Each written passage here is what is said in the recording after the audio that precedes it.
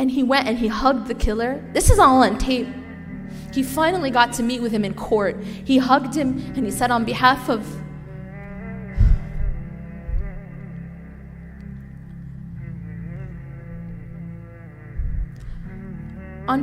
me and my late wife, I forgive you for what you've done.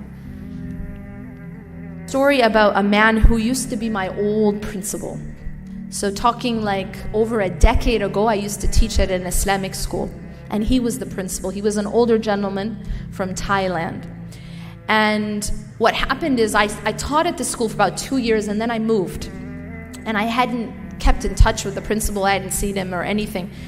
So recently, a few months ago, in fact, I went to a conference, and it just so happened that he had moved to that city. So I saw him after 10 years. And at this point, he's older. He's probably in his 70s. He's retiring, actually, this year. So I found out that some things had happened to him over these last 10 years. One of the things that happened is his wife, his beloved wife, she had gotten cancer, and she had passed away. Inna lillahi wa inna ilayhi raji'un. May Allah have mercy on her soul. And something else happened. Shortly after the loss of his wife, his son, who was only around 21 years old, was delivering pizzas, and one of the people that he was delivering pizzas to, or someone that he met while he was delivering pizzas, slaughtered him, just cut his neck, just like that, just killed him like that. So this man gets a call at 3 o'clock in the morning, and the call is basically, your son is gone, just like that, no warning, nothing. That's what I call a blow. That's a blow. Your son is gone. Allahumma nas'aluka al-afiyah. So when I heard this, it really shook me. And then I sat down and I talked to him, and I asked him, I need you to tell me how you coped with that. I need you to teach me how you coped with that.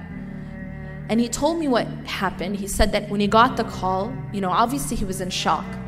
And he said he started to sort of pace around the room and said, Inna lillahi wa inna ilayhi raji'un, and trying to process what had happened. And he's trying to process this, but what really absolutely floored me, and in fact, it recently became a news story, some of you may have seen, is that he says to me, when I was talking to him, he says to me, I tried everything to meet with his killer. And I said, why? Why do you want to meet with his killer? He said, for 2 years now, I have been trying to have a meeting with his killer. And his killer is in maximum security jail. You can't meet, he couldn't. The lawyers are like, you can't. And he said, please, just make an exception and allow me to meet with him. And I asked him, why? Why do you want to meet with the killer? And he said, because I want to teach him, I want to give him, I want to forgive him. I want to forgive him, and then I want him, watch this.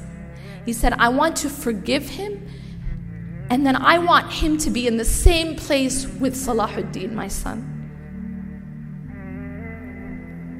So this isn't like a fairy tale. This is like a real person now, right? A principal of a school. Can you imagine that? The ability to do that. He said, I want to forgive him, and I want him to be in the same place with my son. I want him to, not only do I want to forgive him, but I want him to be forgiven by God, and I want him to enter paradise with my son. That's what he said. And that was the reason why he wanted to meet with him. He wanted to forgive him and give him the truth, the message, so that he could be forgiven. They actually, if you go and you search it up, they made a news story out of it. He finally got to meet him in court, literally like a week or a week and a half ago. And he went and he hugged the killer. This is all on tape. He finally got to meet with him in court. He hugged him and he said, on behalf of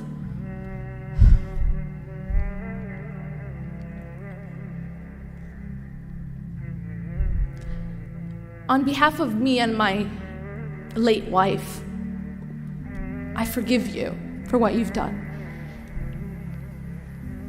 Why I tell this story is because it's a powerful testament to the power of Iman. That's it. These kinds of things are absolutely impossible without Iman. This stuff doesn't happen. This is stuff of myths, right, and fairy tales. Except with Iman. That's the only way something like this can be possible. To have this type of response, this type of resilience in trials that I couldn't even imagine.